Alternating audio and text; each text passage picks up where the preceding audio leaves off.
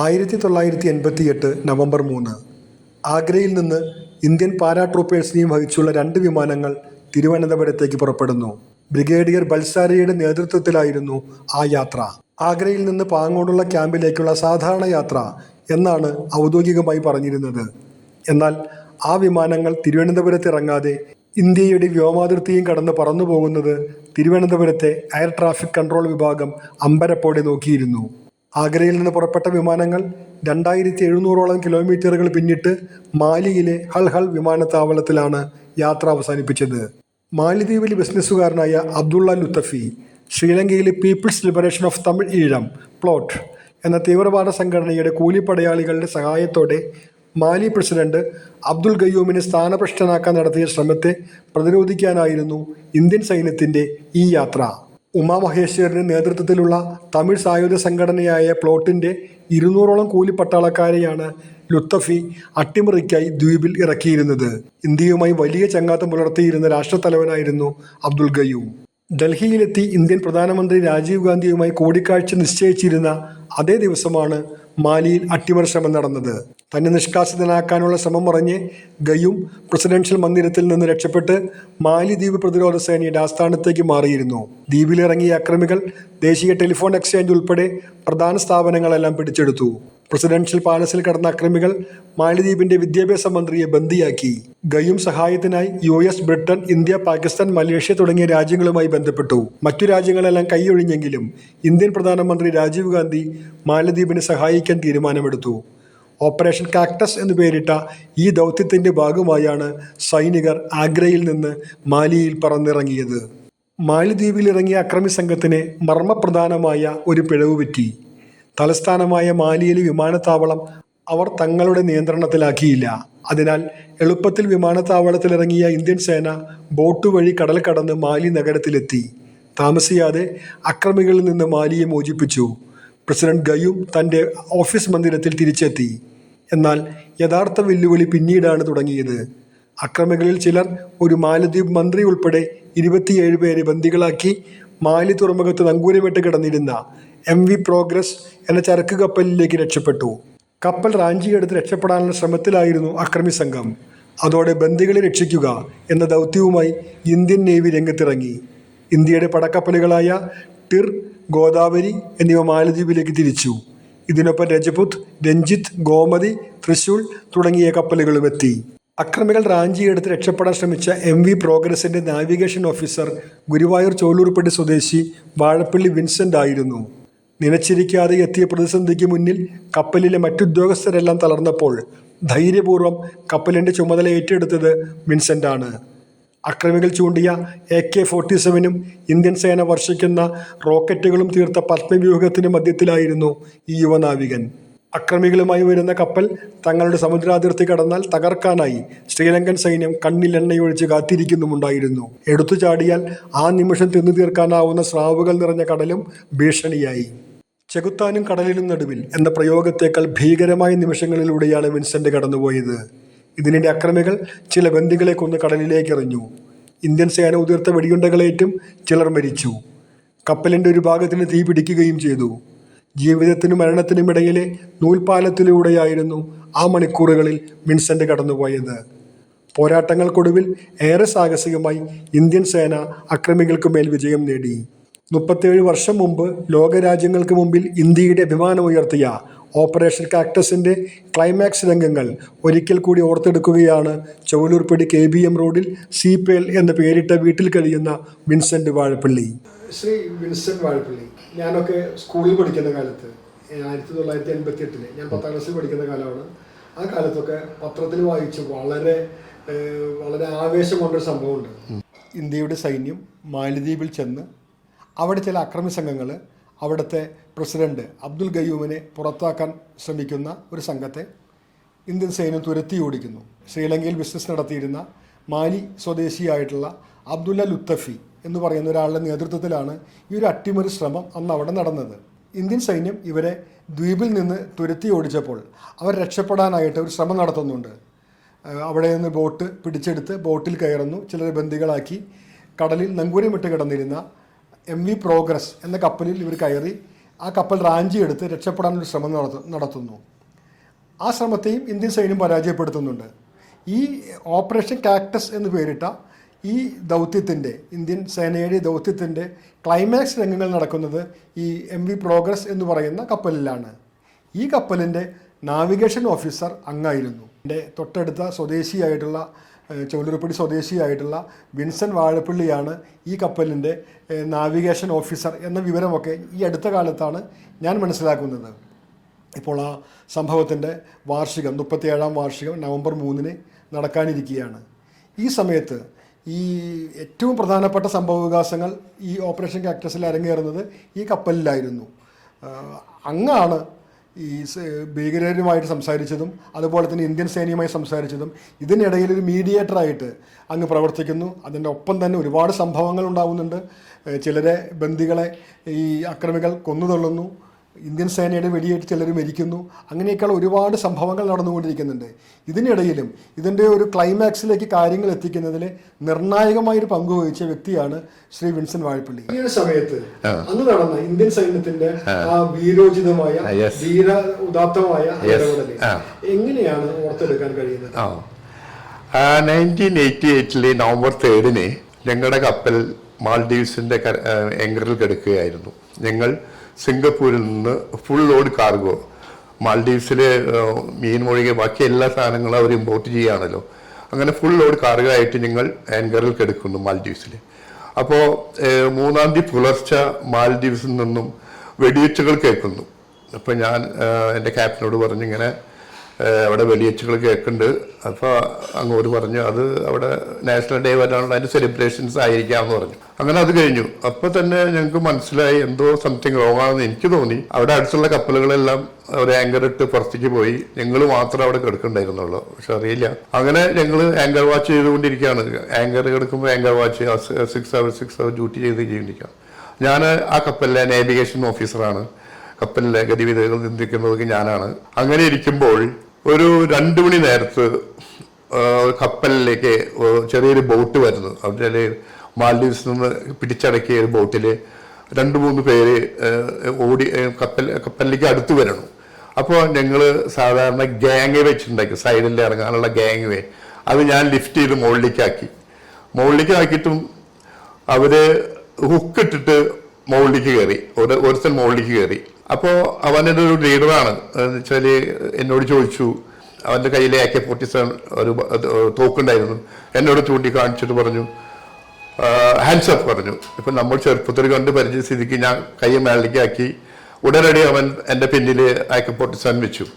AK-47 വെച്ചിട്ട് പറഞ്ഞു, move, go to your cabins, collect all the people. എല്ലാവരും വിളിക്കുക, നിങ്ങൾ ഞങ്ങളുടെ കസ്റ്റഡിയിലാണ് ഇപ്പോൾ. ഈ ഗണ്ണ് അവൻ പിന്നൊന്നും മാറ്റിയിട്ടില്ല. അവൻ എന്നെ പിന്നിന്ന് എല്ലാ റൂമിലും ക്രൂ ഉണ്ടായിരുന്നു. അവരെല്ലാം എടുത്തു. ക്യാപ്റ്റൻ ഉണ്ടായിരുന്നു, ചീഫ് ഓഫീസർ ഉണ്ടായിരുന്നു, മറ്റുള്ള engineers, crew, engine crew, deck crew എല്ലാവരെയും. പിന്നെ അവരെല്ലാവരെയും കൂട്ടിയിട്ട് ഞങ്ങളെ ഡൈനിങ് ഹാളിൽ കയറ്റിയിട്ട് അവരിരുത്തി ഞങ്ങളെ വാതിൽ കൂട്ടി. എന്നിട്ട് ഞങ്ങളോട് എല്ലാവരോടും പറഞ്ഞു, നിങ്ങൾ ഞങ്ങളുടെ കസ്റ്റഡിയിലാണ്, നിങ്ങൾ എന്താണ് പറയുന്നത് അത് നിങ്ങൾ അനുസരിച്ചാൽ മാത്രം മതി, അല്ലെങ്കിൽ നിങ്ങളെ ഓരോരുത്തരായി ഷൂട്ട് ചെയ്ത് കൊല്ലുമെന്ന് പറഞ്ഞു. നിങ്ങളൊക്കെ പേടിച്ചു. സാധാരണ സംതിങ് ഈസ് ഗോയിങ് ഹാപ്പനിങ്. അപ്പോൾ ഞാൻ വിചാരിച്ചു എന്തേലും വരട്ടെ, അപ്പോൾ അവർ പറഞ്ഞത് കേൾക്കാം. അങ്ങനെ അവരിങ്ങനെ അപ്പോഴേക്കും ഞങ്ങൾക്ക് ഇൻഫർമേഷൻ കിട്ടി. ഒരു ക്രൂ ഫെയിലാവാൻ കാര്യം മെയിനായിട്ട് അവർ മാൽഡീവ്സ് എയർപോർട്ട് അടച്ചിട്ടുണ്ടായിരുന്നില്ല. പിന്നെ ഈ ടെലികമ്മ്യൂണിക്കേഷൻസ് അവരെ ബന്ദ് ചെയ്തിട്ടില്ല, ക്ലോസ് ചെയ്തിട്ടില്ല. ഈ 2 കാരണങ്ങൾ കൊണ്ട് അവർക്ക് അത് കൂടുതൽ പ്രശ്നങ്ങളിലേക്ക് ആയി തിരിഞ്ഞത്. നമുക്ക് രക്ഷപ്പെടാനുള്ള ഒരു മാർഗം അവിടെ ഉണ്ടാക്കി വന്നതാണെന്ന് എനിക്ക് തോന്നുന്നത്. അങ്ങനെ ഇന്ത്യൻ ഹൈക്കമ്മീഷൻ അവിടെ ഉണ്ടായിരുന്നു. അവര് മാൽഡീവ് പ്രസിഡന്റ് ഗയ്യും ചോദിച്ചു, നിങ്ങൾക്ക് ആരെ റെസ്ക്യൂ ആണ് ആവശ്യം, ആരാണ് നിങ്ങളെ വേണ്ടത്? അപ്പോൾ അവർ പറഞ്ഞു, അവർ അമേരിക്ക മറ്റുള്ള രാജ്യങ്ങളൊക്കെ ചോദിച്ചിരുന്നു റിക്വസ്റ്റ്, ഞങ്ങൾ രക്ഷപ്പെടുത്തണമെന്ന്. അപ്പോൾ മാൽഡീവ് പ്രസിഡന്റ് മുഹമ്മദ് ഗയ്യും പറഞ്ഞതെന്താ വെച്ചാൽ, ഞങ്ങളുടെ ബിഗ് ബായ് ആണ് India, I want help from India. അങ്ങനെ അവരെ പുലർച്ചെ നമ്മുടെ ഇന്ത്യൻ ഹൈക്കമ്മീഷൻ ഡൽഹിക്ക് വിളിച്ചു, പ്രൈം മിനിസ്റ്റർ ഓഫീസിലേക്ക് വിളിച്ച് കാര്യങ്ങളൊക്കെ സംസാരിച്ചു. പ്രൈം മിനിസ്റ്റർ രാജീവ് ഗാന്ധി ആയിരുന്നു അന്ന് 7 മണിക്ക് കോർ കമ്മിറ്റി കൂടി ഫോഴ്സിനെ അയക്കാൻ വിചാരിച്ചു. എയർഫോഴ്സ് പിന്നെ നേവിക്കാരെ അയച്ച് ദൗത്യം നിർവഹിക്കാൻ പറഞ്ഞു. അങ്ങനെ എല്ലാവർക്കും നിർദ്ദേശങ്ങൾ കൊടുത്തു, പ്ലെയിനും എയർപോർട്ടിൽ എത്താൻ വേണ്ടിയിട്ട്. അങ്ങനെ രാത്രി 12 മണിയോടുകൂടി ഒരു എയർഫോഴ്സ് വിമാനം മാൽഡീവ്സിന്റെ എയർപോർട്ടിൽ വന്നിറങ്ങുകയും അവർ ഉടനടി ഞങ്ങളുടെ കപ്പലിലേക്ക് വെടിയുതിർക്കുകയും ചെയ്തു. അപ്പോൾ ഇത് കണ്ടറിഞ്ഞ മാൽഡീവ്സിന്റെ നേതാക്കന്മാർ പറഞ്ഞു നമുക്ക് രക്ഷപ്പെടാം, കപ്പലെടുക്കാൻ പറഞ്ഞു എന്നോട്. അപ്പോൾ ഞങ്ങൾ എഞ്ചിൻ റൂമിലേക്ക് വിവരിച്ചു. ഞങ്ങൾ അവിടുന്ന് പുറപ്പെട്ടിട്ട് പറഞ്ഞു ഞങ്ങൾക്ക് രക്ഷപ്പെടണം, മനസ്സിലായ, ഞങ്ങൾക്ക് ഇവിടെ മാൽഡീവ്സിലേക്കും പോകണ്ട, ഇന്ത്യയിലേക്കും പോകണ്ട, ഞങ്ങൾക്ക് സിംഗപ്പൂർ അല്ലെങ്കിൽ മലേഷ്യ അല്ലെങ്കിൽ ഇന്തോനേഷ്യ എന്നീ രാജ്യങ്ങളിലേക്ക് പോയി ഞങ്ങൾക്ക് രക്ഷപ്പെടണം. ഞങ്ങളുടെ ഈ ദൗത്യം പൂർത്തീകരിക്കാൻ സാധിച്ചിട്ടില്ല, നിങ്ങൾ ഞങ്ങളെ ഹെൽപ്പ് ചെയ്യണമെന്ന് പറഞ്ഞു. അപ്പം ഞങ്ങൾ പറഞ്ഞു ഞങ്ങൾക്കൊന്നും ചെയ്യാനില്ല, ഞങ്ങൾ നേവിഗേഷൻ ചെയ്യണം, വണ്ടി എടുക്കണം, അത് മീൻസ് കപ്പൽ ഓടിച്ചു കൊണ്ടുപോകാം, എന്താ പറയണവർ ചെയ്യാമെന്ന് പറഞ്ഞു. ഞങ്ങൾ സമ്മതിച്ചു.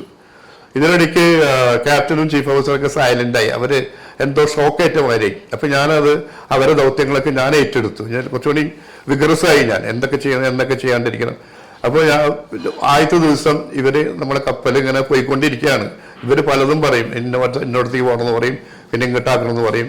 അങ്ങനെ ഇരിക്കുമ്പോൾ രണ്ടാമത്തെ ദിവസം മുതൽ ആദ്യം ഒരു എയർഫോഴ്സ് പ്ലെയിൻ ഞങ്ങളുടെ മുകളിൽ പോയി.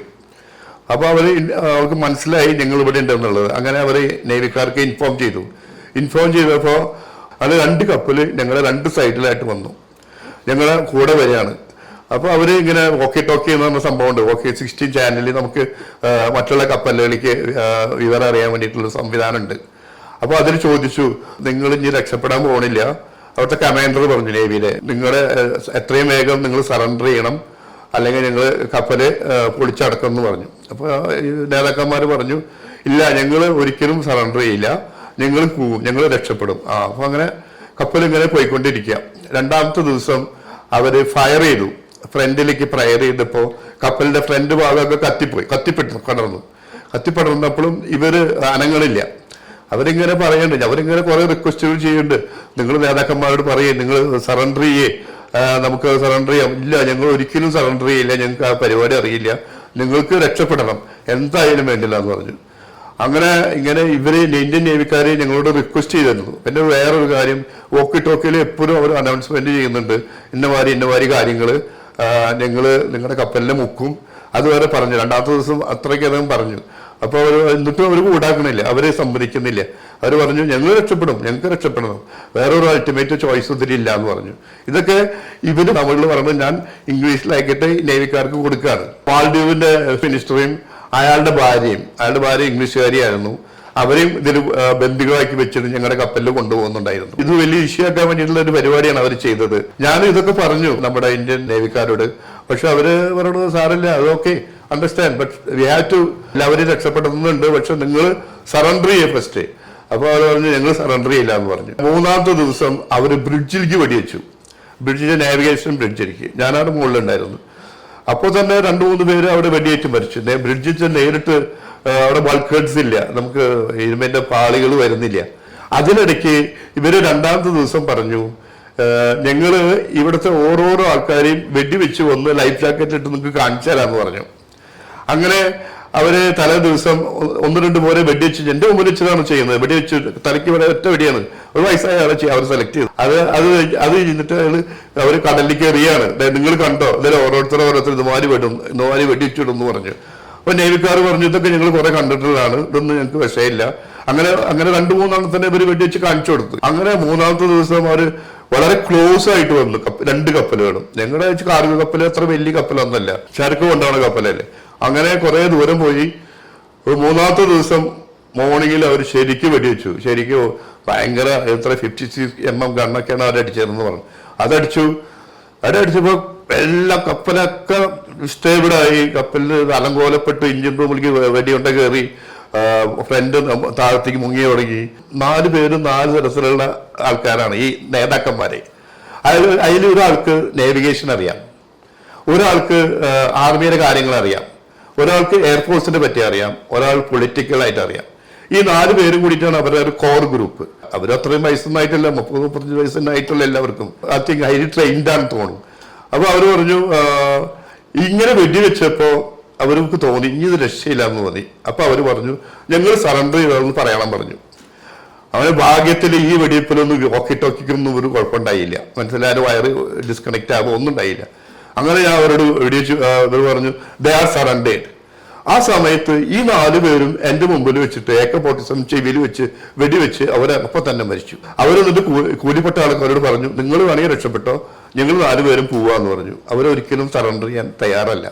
അത് അവരുടെ റൂളാണ്, അങ്ങനെയാണെന്ന് തോന്നുന്നു. നമ്മൾ കണ്ടിട്ടില്ല, ഇവിടെ പൊട്ടാസ്യം സൈനൈഡ് വെച്ച് നടക്കുന്ന ആൾക്കാരാണ് അവര് ഇതൊക്കെ കാണുമ്പോൾ നമുക്കൊക്കെ എന്താ ഫീലിംഗ് എന്ന് നമുക്കറിയാലോ. ഞാൻ വിചാരിച്ചു എന്തായാലും പോയി, നമ്മൾ ധൈര്യത്തോടെ നേരിട്ട് തന്നെ. അങ്ങനെ അവർ സറണ്ടർ ചെയ്യാന്ന് പറഞ്ഞപ്പോ ഞങ്ങൾ കപ്പൽ ഓഫ് ചെയ്ത് അവർ ഡ്രിഫ്റ്റ് ചെയ്യാൻ തുടങ്ങി. കപ്പൽ നിർത്തിയിട്ട് അവർ പറഞ്ഞു നിങ്ങളെല്ലാവരും സ്റ്റാൻഡ് ബൈ ആവും, ലൈഫ് ജാക്കറ്റ് ഉള്ളവർക്കൊക്കെ ലൈഫ് ജാക്കറ്റ് കൊടുക്കുക, എല്ലാവരോടും സ്റ്റാൻഡ് ബൈ നിൽക്കാൻ പറയും. അപ്പോഴേക്കും ഞാൻ എല്ലാവർക്കും ലൈഫ് ജാക്കറ്റ് കൊടുത്തു. അവിടെ ഉണ്ടായിരുന്നൊക്കെ കുറെ ആൾക്കാർ അപ്പൊ തന്നെ കടലിലേക്ക് എടുത്ത് ചാടി. അപ്പൊ അതോടുകൂടി അവർ താഴത്തേക്ക് പോയി. ഒരാവശ്യമില്ല, അവർ രക്ഷപ്പെടുത്താന്ന് പറഞ്ഞാൽ അവർ വരില്ലേ, എന്തിനാണ് ഓടിപ്പോണെ. 2 മണിക്കൂർ കഴിഞ്ഞപ്പോൾ നേവിക്കാരുടെ ബോട്ട് വന്ന് ഞങ്ങളെ അവർ ഗൺ പോയിന്റിൽ ഞങ്ങളെ കയറ്റി ചെയ്തു. അവർക്കറിയില്ല ഞങ്ങൾ ആരാന്ന്. ഞങ്ങൾ എല്ലാവരെയും കയറ്റി അവര് മാൽഡീവ്സിലേക്ക് മെയിൻ കപ്പലിലേക്ക് വന്ന് മാൽഡീവ്സിലേക്ക് വന്നു. ഇങ്ങനെ ഇരിക്കുന്ന സമയത്ത് മന്ത്രിയുടെ ഭാര്യയ്ക്ക് പരിക്ക് പറ്റി, കാലിനും കയ്യിനൊക്കെ മുറിവ് ചോര വന്നു. അപ്പോ ഞങ്ങള് കപ്പലിലെ ലൈഫ് റേറ്റ് എന്ന് പറഞ്ഞ സംവിധാനമുണ്ട്. അത് നമ്മൾ ടാഗ് ചെയ്ത് കഴിഞ്ഞാൽ അത് ഇൻഫ്ലേറ്റ് ആവും, അത് വെള്ളത്തിൽ വീണിട്ട് അതൊരു വഞ്ചി പോലെയാവും. ആ വഞ്ചിയിലേക്ക് ഞങ്ങൾ ഈ പെണ്ണിനെ ഇറക്കി 2-3 മണിക്കൂർ നേരം അവിടെ ഇങ്ങനെ ഫ്ലോട്ട് ചെയ്ത് കിടന്നു. ഞാൻ ലൈഫ് ജാക്കറ്റ് ഇടുന്നു, ഞാൻ കുറെ നീന്തി അങ്ങോട്ട് പോയി ഈ ലൈഫ് ജാക്കറ്റിന് സപ്പോർട്ട് ചെയ്ത് നിന്നു. അങ്ങനെ ഇവര് വഞ്ചി കൊടുത്തേച്ച് ഇവരെ ലൈഫ് ജാക്കറ്റിലുള്ള ആൾക്കാരെ ആദ്യം കൊണ്ടുപോയി, പിന്നെ ഞങ്ങളെ കൊണ്ടുപോയി. അവസാനമാകുമ്പോൾ ഇവിടുത്തെ 60 പേരുണ്ടായിരുന്നു ഈ കൂലിപ്പെട്ട ആൾക്കാർ, അവരെയും പിടിച്ചു കിട്ടി. അവരെല്ലാം ഞാൻ കാണുന്നതാണ് അവരെ കയ്യും കാലും കയറിട്ട് കെട്ടിയിട്ടാണ് കൊണ്ടുപോയിരുന്നത് നേവിക്കാരെ. പിന്നെ അത് കഴിഞ്ഞ് 2 ദിവസം കഴിഞ്ഞപ്പോൾ ഞാൻ കേട്ടത് കപ്പൽ മുങ്ങിപ്പോയി, പിന്നെ അത് രക്ഷയില്ല. അപ്പൊ ഞാൻ കപ്പലിൽ നിന്ന് ചാടുമ്പോൾ എൻ്റെ കയ്യിൽ ഒരു കൊന്ത, ഒരു ചെറിയ ബൈബിള്, പാസ്പോർട്ട്, എൻ്റെ സർട്ടിഫിക്കറ്റ്സ് ഞാനെല്ലാം പ്ലാസ്റ്റിക് ഉറയിലേക്ക് കെട്ടിവെച്ച് എൻ്റെ ബാക്ക് പോക്കറ്റിൽ വെച്ച് ചാടുകയാണ് ചെയ്തത്. പക്ഷെ അത് കാരണം പാസ്പോർട്ടൊന്നും നാശമായില്ല, എൻ്റെ സർട്ടിഫിക്കറ്റ് നാശമായില്ല.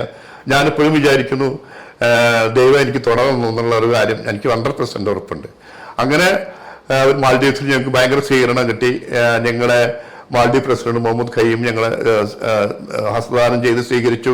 ഞങ്ങളെ എല്ലാവരെയും നല്ല ഹോട്ടലിലേക്ക് മാറ്റി, പല സെക്ഷനായിട്ട്. അങ്ങനെ ഒരു 10-15-20 ദിവസം ഞങ്ങൾ മാൽഡീവ്സിലുണ്ടായിരുന്നു. അവർക്ക് ഡൽഹിയിൽ നിന്ന് റിസർച്ച് അറോന്റെ ആൾക്കാർ വന്നു, CBIയുടെ ആൾക്കാർ വന്നു, മറ്റേ ഏതോ എൻക്വയറിയുടെ ആൾക്കാർ വന്നു. ഡേ ആൻഡ് നൈറ്റ് ഞങ്ങൾ ക്വസ്റ്റ്യൻ ചെയ്യായിരുന്നു അവരെ മാൽഡീവ്സിൽ വെച്ചിട്ട്. പിന്നെ അവർക്ക് അറിയേണ്ടത് നമ്മൾ ഇൻവോൾവ്മെന്റ് ഉണ്ടോ എന്ന് അറിയാൻ വേണ്ടിയിട്ടാണ്. അങ്ങനെ ഞങ്ങൾ ഒരു ഇൻവോൾവ്മെന്റും ഇല്ല, ഞങ്ങൾക്കൊരു ABCD അറിയില്ല. അപ്പോൾ ഇന്ത്യ ഗവൺമെന്റ് പിന്നെ ഇടപെട്ടു. ഇവരെ അവിടെ വെച്ചിട്ട് കാര്യമില്ല, അവരെ വിടാൻ പറഞ്ഞു. അങ്ങനെ എന്നെയും എൻ്റെ കൂട്ടുകാരെയും എല്ലാവരെയും ഇന്ത്യക്കാരെ ഞങ്ങളുടെ തിരുവനന്തപുരത്തേക്ക് പറഞ്ഞയച്ചു. അപ്പോൾ തിരുവനന്തപുരത്ത് എനിക്ക് വളരെ ഒരു സ്വീകരണമാണ് കിട്ടിയത്. എന്നിട്ട് മാതൃഭൂമി മനോരമ പേപ്പറിൽ ഇതെന്റെ 2ാം ജന്മമാണെന്ന് ഞാൻ എഴുതിയിരുന്നു. അത് വലിയ ഹെഡിങ്ങിൽ തന്നെ വന്നിരുന്നു. അപ്പോൾ എനിക്ക് ഭയങ്കര ത്രില്ലായി. ഇപ്പൊ അതിനുശേഷം എന്താ പറയാ, ഈ കപ്പലിന്റെ കാര്യങ്ങള് അങ്ങനെയുള്ള കാര്യങ്ങളൊക്കെ വന്ന് ഞാൻ വീട്ടില് നിന്നു. പിന്നെ എനിക്ക് കപ്പലിൽ പോകാനൊരു ചെറിയൊരു മടി പോലെ തോന്നി തുടങ്ങി. എനിക്ക് നാവിഗേഷനും മറ്റതൊക്കെ കണ്ടിന്യൂ ചെയ്യാൻ എനിക്കൊരു ഭയം. അപ്പൊ ഞാൻ പറഞ്ഞു, വീട്ടുകാരോട് പറഞ്ഞു, ഞാൻ ഈ കപ്പലിൽ പോകണില്ല, എനിക്കത് ശരിയാവില്ല എന്ന് തോന്നുന്നു പറഞ്ഞു. അങ്ങനെ എൻ്റെ ചേട്ടൻ ഡേവിഡ് ഏട്ടൻ അവിടെ ഗൾഫിലുണ്ടായിരുന്നു, 30 വിസ അയച്ചു. അങ്ങനെ എനിക്ക് ദുബായ് എയർപോർട്ടിൽ ജോലി കിട്ടി. 2013 ഞാൻ തിരിച്ചു വന്നു. ഇപ്പൊ ഗ്രഹം സ്വസ്ഥമായി ജീവിക്കുന്നു. വൈഫിന്റെ പേര് ജോയ്സി. അവള് തൈക്കാട് VRAM ഹൈസ്കൂളിലെ അഡ്മിനിസ്ട്രേറ്റർ ആയി റിട്ടയർ ചെയ്ത് 19. പിന്നെ 2 മക്കള്. മൂത്തവൻ എഞ്ചിനീയറിംഗ് കഴിഞ്ഞ് പൈലറ്റൊക്കെ പാസ്സായി. ഇപ്പൊ അവൻ ഒരു ആർഗോലക്സ് എന്ന കമ്പനിയിലെ ഓപ്പറേഷൻ ഓഫീസറായിട്ട് ജോലി ചെയ്യണു. മോൻ കല്യാണം കഴിച്ചത് മാപ്രാണത്തുനിന്ന്. അവള് കലാതിലകൊക്കെയാണ്, ഭയങ്കര ഡാൻസുകാരിയാണ്. അവള് M.Tech എടുത്തിട്ടുണ്ട്. അപ്പോൾ കുട്ടികളുള്ള കാരണം ജോലിയൊക്കെ ഉപേക്ഷിച്ചു. ഇപ്പോൾ ഈ ഡാൻസ് കാര്യങ്ങളിലൊക്കെ ഇൻട്രസ്റ്റഡ് ആണ്. അങ്ങനെ ഒരു ചെറിയ പരിപാടികളൊക്കെ ആയിട്ട് പോകുന്നു. അവിടെ മോള് കല്യാണം കഴിച്ച് തോയ്ക്കാവിന്ന്. അവളുടെ ഭർത്താവ് M.Tech ആണ്, അവിടെ എഞ്ചിനീയറാണ്, ഗൾഫില് അലൈനിൽ വർക്ക് ചെയ്യണു. അവള് അവിടെ UAE യൂണിവേഴ്സിറ്റിയിൽ നിന്ന് PhD എടുത്തു, അവള് MSc BSc റാങ്ക് ഹോൾഡറാണ്. ഇപ്പൊ അവള് മലബാർ ഡെന്റൽ കോളേജിൽ HOD ആയിട്ട് ജോലി ചെയ്യണു. ഞാൻ ഈ കപ്പലിൽ നിന്ന് ഈ സംഭവങ്ങൾ ഉണ്ടാകുന്നതിന് മുമ്പ് മോളെ പ്രസവിച്ചിരുന്നു, നീതുവിനെ. അവളെ കാണാൻ വേണ്ടി വന്നു മനസ്സാക്കരിക്ക്. അവിടെ വന്ന് കണ്ട് ഞാൻ തിരിച്ചു പോയിട്ട് പിന്നെയാണ് ഈ സംഭവങ്ങളൊക്കെ ഉണ്ടാവണേ. പിന്നെ അത് മാത്രമല്ല, അപ്പൊ പലരും പറഞ്ഞു മോള് ഇങ്ങനെ വസ്ത്രിച്ച കാരണമായിരിക്കും ഇങ്ങനെ. ഞാൻ പറഞ്ഞു അവളുള്ള കാലം രക്ഷപ്പെട്ടെന്ന് പറഞ്ഞു. ഇപ്പൊ ഇത്രയും കാലം ജീവിക്കണു by because she is the help me പറഞ്ഞു. അങ്ങനെ ഒരു സംഭവം ബഹുലമായ ഒരു സംഭവം നടന്നു. ടീച്ചർ മകളെ പ്രസവിച്ച് കിടക്കുന്ന സമയത്ത്, മകൾ നീതുവിനെ പ്രസവിച്ച് കിടക്കുന്ന സമയത്താണ് ഈ സംഭവങ്ങളൊക്കെ മാലിദ്വീപിലെ അരങ്ങേറുന്നത്. നാട്ടിൽ ഈ സംഭവങ്ങളെക്കുറിച്ചൊക്കെ അന്ന് അറിഞ്ഞിരുന്നു. ഇത്രയ്ക്കൊന്നും ടെലികമ്മ്യൂണിക്കേഷനോ നമ്മുടെ വാർത്താവിനിമയ സംവിധാനങ്ങളോ ഒന്നും വികസിച്ചൊരു കാലമല്ല അന്ന്. ടെലിവിഷൻ മാത്രമാണ് നമുക്ക് വാർത്തകൾ കാണാനുള്ള സംവിധാനം. അപ്പം നമ്മുടെ നാട്ടിൽ ഈ സംഭവങ്ങളൊക്കെ ടീച്ചർ അറിഞ്ഞത് എപ്പോഴാണ്? ഈ ആ നടക്കുന്ന സമയത്ത് ഈ സംഭവത്തെക്കുറിച്ച് എന്തെങ്കിലും അറിവ് വീട്ടിലിരിക്കുന്നവർക്ക് ഉണ്ടായിരുന്നു? ടീച്ചർ എങ്ങനെയാണ് അന്നത്തെ സംഭവങ്ങളെയൊക്കെ ഇപ്പോൾ ഓർക്കാൻ കഴിയുന്നത്? TV-യിൽ ന്യൂസ് വന്നപ്പോൾ വീട്ടിലുള്ളവർ പറയാണ് മാൽഡീവ്സിൽ ഒരു കപ്പൽ ഇതുപോലെ അപകടത്തിൽ പെട്ടിട്ടുണ്ട്, അത് ഇന്ത്യൻ നേവിക്കാർ നശിപ്പിക്കുന്നുണ്ട്, ഏത് കപ്പലാന്ന് നോക്കിയേ എന്ന് പറഞ്ഞു എന്നോട്. അപ്പോൾ ഞാൻ വന്ന് നോക്കുമ്പോൾ കാണുന്നത് കപ്പലിൻ്റെ പേരിങ്ങനെ സൂക്ഷിച്ച് നോക്കി ഏതാണെന്ന്. അപ്പോൾ ഇടയ്ക്ക് ഇങ്ങനെ കാണാം പ്രോഗ്രസ് ലൈറ്റ്, പിന്നെ ന്യൂസിലിങ്ങനെ ആവർത്തിച്ച് പറയുന്നുണ്ട് പ്രോഗ്രസ് ലൈറ്റ് എന്ന്. അപ്പോൾ ഞാൻ പറഞ്ഞു പ്രോഗ്രസ് ലൈറ്റിലല്ല വിളിച്ചിട്ടാണ് ജോലി, അവർ ജോലി ചെയ്യുന്ന ആ കപ്പലിൻ്റെ പേര് ഡോൾഫിൻ എന്നാണ്. കാരണം ഞാൻ ലെറ്റർ അയക്കുമ്പോൾ എപ്പോഴും ആ അഡ്രസ്സിലാണല്ലോ അയക്കുക. അപ്പോൾ എനിക്ക് ഷുവറായിരുന്നു ഡോൾഫിനിലാണ് ജോലി ചെയ്യണമെന്നുള്ളത്. പിന്നെ ഈ സംഭവം കഴിഞ്ഞിട്ട് ഇവിടെ വന്നപ്പോഴാണ് അറിയണത്, ജോയിൻ ചെയ്യാൻ വന്നപ്പോൾ പ്രോഗ്രസ് ലൈറ്റിലെ സെക്കൻഡ് ഓഫീസർ ലീവിന് പോയതുകൊണ്ട് എമർജൻസി ആയിട്ട് കയറാൻ പറഞ്ഞു. അങ്ങനെയാണ് പ്രോഗ്രസ് ലൈറ്റിൽ കയറിയതെന്ന്. എന്തായാലും മോളുടെ പ്രായമായി വിൻസനേട്ടൻ കപ്പലിൽ നിന്ന് പോന്നിട്ടും അങ്ങനെ മോളുടെ ഭാഗ്യം കൊണ്ട് രക്ഷപ്പെട്ടു. പക്ഷെ ദോഷായിക ദുഃഖങ്ങളും ഉണ്ടായിരുന്നു. അവൾക്ക് ഭാഗ്യമില്ലാത്ത കുട്ടിയെന്ന് പറഞ്ഞു. ഞാൻ പറഞ്ഞു അവളുടെ ഭാഗ്യം ഞാൻ ഇപ്പൊ ഇത്ര കാലം ജീവിച്ചിരിക്കുന്നു. ഞാൻ പറഞ്ഞു ഞാനിതില് ഒരു മാസങ്ങളോട് കളിച്ചു. അതുകൊണ്ട് എനിക്ക് എന്താ പറയാ, ഞാൻ നേരത്തെ എനിക്ക് ധൈര്യം കിട്ടി, അത്ര എനിക്ക് പറയാൻ പറ്റുള്ളൂ. ഞാനും കൂടി ഡൗൺ ആയി കഴിഞ്ഞാൽ ഒക്കെ കൊളാപ്സായേനെ. എന്നുവെച്ചാൽ ഞാൻ ഇവര് തമിഴന്മാരായിട്ട് പിന്നെ ഈ തമിഴ് പുലികളായിട്ട് നമ്മൾ ഫ്രണ്ട്ഷിപ്പായി അവരായിട്ട്. അവർ പറഞ്ഞു നിന്നൊന്നും ഞാൻ കൊല്ലില്ലടാ, നീ പേടിക്കണ്ട, ലേകളൊക്കെ രക്ഷപ്പെടുത്തും, ഞാൻ ചെത്താലും ഞങ്ങൾ ചെത്താലും തന്നെ ഞാൻ നിങ്ങളൊന്നും കൊല്ലില്ല എന്ന് പറഞ്ഞു. അപ്പൊ തന്നെ വലിയ സമാധാനമായി. പിന്നെ തന്നെ അവരെന്നെ ഭക്ഷണം വെക്കലും മെസ്സിൽ അവരെന്നെ ഭക്ഷണം എല്ലാവർക്കും കൊണ്ടുകൊടുക്കലും ഫ്രണ്ട്സ് പോലെയായി അവർ. പിന്നെ അപ്പൊ പറഞ്ഞു ഇത് അവസാനം ഇതിങ്ങനെ അവസാനം ചിറ്റിക്കരുട്ടാ, നീ AK-47 എന്റെ മുകളിലേക്ക് തിരിക്കരുതിട്ടാന്ന് പറഞ്ഞു. ഒരിക്കലും ചെയ്യില്ലാന്ന് പറഞ്ഞു. അവർക്ക് ധൈര്യമായി. ഒരു ജീവൻ മരണ പോരാട്ടം എന്നുവെച്ചാല് ദിസ് ഇസ് മൈ സെക്കൻഡ് ജീവിതം തന്നെയായിരുന്നു എനിക്ക്. കപ്പിൾ ഞാൻ 76-ലാണ് ഇത് സ്റ്റാർട്ട് ചെയ്തത്. ഞാൻ ശ്രീകൃഷ്ണ കോളേജിൽ ഡിഗ്രി കഴിഞ്ഞിട്ടാണ് പോണത്. എനിക്ക് അവിടെ സെലക്ഷൻ കിട്ടി. അങ്ങനെ ഇന്റർവ്യൂ ഉണ്ടായിരുന്നു ബോംബെയില്. പിന്നെ കളർ ബ്ലൈൻഡ് ടെസ്റ്റ് ചെയ്തു. കളർ ബ്ലൈൻഡ് ടെസ്റ്റ് വെച്ചാൽ നമ്മൾ കളർ ഡിസ്റ്റിങ്ഷൻ അറിയണം രാത്രിയിലൊക്കെ, അല്ലെങ്കിൽ അവരെടുക്കില്ല. അപ്പോൾ ആ ടെസ്റ്റൊക്കെ കഴിഞ്ഞ് അവിടുത്തെ ടെസ്റ്റ് കഴിഞ്ഞ് മെഡിക്കൽ ടെസ്റ്റൊക്കെ കഴിഞ്ഞ് അവർ വിളിക്കാമെന്ന് പറഞ്ഞു. പിന്നെ തിരിച്ചു വന്നു. രണ്ടാമത് അവർ വിളിച്ചു, കപ്പൽ റെഡി ആയിട്ടുണ്ട്, നിങ്ങളുടെ കപ്പൽ കൊളംബോയിലാണ്. അങ്ങനെ കൊളംബോയിലെ മാൽഡീവ് സ്കിപ്പർ എന്ന കപ്പലാണ് എൻ്റെ ആദ്യത്തെ യാത്ര. ആദ്യത്തെ യാത്രയിലും ചെറിയൊരു ഗർഡുണ്ടായി. എന്നുവെച്ചാല് ഞങ്ങളുടെ കപ്പല് സൈക്ലോണിൽ പെട്ട് ബേ ഓഫ് ബംഗാളില് റേണഗ്രണ്ടായി. റേണഗ്രണ്ട് എന്ന് വെച്ചാൽ മണ്ണിൽ പോന്നു. അതായത് 3-4 ദിവസം എന്താ പറയുക, അന്നത്തെ കാലത്ത് ഈ നമ്മുടെ ഈ നാവിഗേഷൻ സിസ്റ്റം നമുക്ക് എന്താ പറയുക GPS ഇല്ല, ഗ്ലോബൽ ഫിക്സിംഗ് സാധനം ഇല്ല. അപ്പോൾ നമ്മൾ ഈ സെക്സ്റ്റന്റ് ഉപയോഗിച്ചിട്ട് നമ്മൾ സ്റ്റാറിന്റെ മൂണിന്റെ അമരി സൂര്യന്റെ ഒക്കെ പ്രതിമ ആംഗിൾ എടുത്ത് കാൽക്കുലേഷൻ ചെയ്ത് നമ്മൾ കാൽക്കുലേറ്റ് ചെയ്യണം എവിടെയാണ് നമ്മൾ കപ്പലെന്ന് അറിയാൻ പറ്റും. അതിനുള്ള പുസ്തകങ്ങളും കാര്യങ്ങളൊക്കെ ഉണ്ട്. അപ്പൊ ഈ 2-3 ദിവസമായിട്ട് ഒന്നുമില്ല, വെറും കാറ്റും കോളും കപ്പൽ ആട്ടി വലഞ്ഞ് ഇത് എവിടേക്കാ പോകണമെന്ന് തന്നെ ഞങ്ങൾക്ക് തന്നെ അറിയില്ല. ദിശ മാത്രമേ നോർത്തേക്ക് പോയി കഴിഞ്ഞാൽ അവിടെ എത്തുന്ന അറിയാം. ആ ദിശയിൽ അങ്ങനെ പോകുമ്പോൾ ഇത് കൊണ്ടുപോയി കയറ്റി ബംഗ്ലാദേശിന്റെ സ്ഥലത്തായിരുന്നത്. അപ്പോൾ ഞങ്ങൾ വിചാരിച്ചു ഇന്ത്യയുടെ സ്ഥലമാണെന്ന് വിചാരിച്ചു. ഞങ്ങൾക്ക് അറിയില്ല, പൊസിഷൻ അറിയില്ല. ഇന്ത്യ ഗവൺമെന്റ് പറഞ്ഞു നിങ്ങൾ ഇവിടെ അല്ല, ഞങ്ങളുടെ സ്ഥലത്തല്ല, ബംഗ്ലാദേശ് ഗവൺമെന്റിന് റിക്വസ്റ്റ് ചെയ്യാൻ പറഞ്ഞു. ബംഗ്ലാദേശ് റിക്വസ്റ്റ് ചെയ്തു. അവര് വലിയൊരു നേവി ബോട്ട് അയച്ചു, ഞങ്ങളൊക്കെ രക്ഷപ്പെടുത്തി. കപ്പലിങ്ങനെ ചെരിഞ്ഞ് പോയിക്കൊണ്ടിരിക്കുകയാണ്. അതാണ് പേടിയത്. ചെരിഞ്ഞ് ഫിക്സ് ചെയ്ത് നിൽക്കാൻ കുഴപ്പമില്ലായിരുന്നു. ചെരിഞ്ഞ് ഇങ്ങനെ പോകുമ്പോൾ ഞങ്ങൾ ലൈഫ് ബോട്ട് ഇറക്കി ഇവരെ ഇതിൽ വന്നു. അങ്ങനെ ഈ കപ്പല് സാധനങ്ങൾ എന്താ പറയുക ചിറ്റഗോങ്ങിന്ന് ബാർജ് കൊടുത്തയച്ചിട്ട് അതിന്റെ സാധനങ്ങളൊക്കെ എടുത്ത് മാറ്റിയിട്ട് കപ്പൽ ഒരു വിധം ഈക്വലാക്കിയിട്ട് അവര് ടഗ് ബോട്ട് വലിച്ചിട്ടി കൊടുന്നു. അങ്ങനെ കുറച്ച് മെയിൻ്റനൻസ് ഒക്കെ ചിറ്റഗോങ്ങിൽ ചെയ്തു. പിന്നെ സിംഗപ്പൂർ കൊണ്ടുപോയി ഡ്രൈഡൊക്കെ ചെയ്തു. അങ്ങനെ ഒരു സംഭവം. ഞാൻ പ്രധാനമന്ത്രിക്ക് കത്തയച്ചിട്ടുണ്ട്. ഇപ്പോഴത്തെ മാൽഡീവ്സ് ഇത് നിൽക്കുന്നുണ്ടെങ്കിൽ തന്നെ എൻ്റെ ഒരു ചെറിയൊരു എളിയ സംഭാവന അതിലുണ്ടെന്ന് പറഞ്ഞിട്ടാണ് എഴുതിയിട്ടുള്ളത്. അത് മാത്രമല്ല, മാൽഡീവ് പ്രസിഡന്റിനും മാൽഡീവ് ഷിപ്പിംഗ് മിനിസ്റ്റർക്കും ഞാൻ ഒരേ എഴുത്തുകൾ അയച്ചിരുന്നു. 2 ആഴ്ച മുമ്പ് മാൽഡീവ്സിൽ നിന്ന് പ്രയോജനം ഉണ്ടായില്ല. പ്രൈം മിനിസ്റ്റർ ഓഫീസിൽ നിന്ന് അവർ എടുത്തു തന്നെയുള്ള ഒരു ചെറിയൊരു ഇൻഫർമേഷൻ എനിക്ക് കിട്ടിയിട്ടുണ്ട്. അപ്പോ വിൻസെന്റേട്ടൻ വളരെ ത്രില്ലിംഗ് ആയിട്ടുള്ള ഒരു ജീവിതാനുഭവങ്ങളാണ്. വിൻസെന്റേട്ടൻ മാത്രമല്ല, രാജ്യത്തിന് തന്നെ ആവേശമുള്ള ജീവിതാനുഭവങ്ങളാണ് വിൻസെന്റേട്ടൻ പങ്കുവെച്ചത്. കപ്പൽ യാത്രയുടെ കുറെ വിശേഷങ്ങളൊക്കെ പങ്കുവെക്കാനായിട്ട് കഴിഞ്ഞു. എന്തായാലും ഒരു വലിയ അനുഭവമാണ് നമ്മുടെ പ്രേക്ഷകർക്ക് സമ്മാനിക്കുന്നത്. എന്തായാലും വളരെ സന്തോഷം. വിമാനം ഉയർത്തിയ ഓപ്പറേഷൻ കാക്ടസിൽ വലിയൊരു പങ്ക് വഹിക്കാൻ കഴിഞ്ഞ വിൻസെന്റേട്ടനെ പരിചയപ്പെടാൻ കഴിഞ്ഞാൽ ഇനിയും ഇത്തരത്തിലുള്ള കാര്യങ്ങൾ വിൻസെന്റേട്ടനായിട്ട് പങ്കുവെക്കാൻ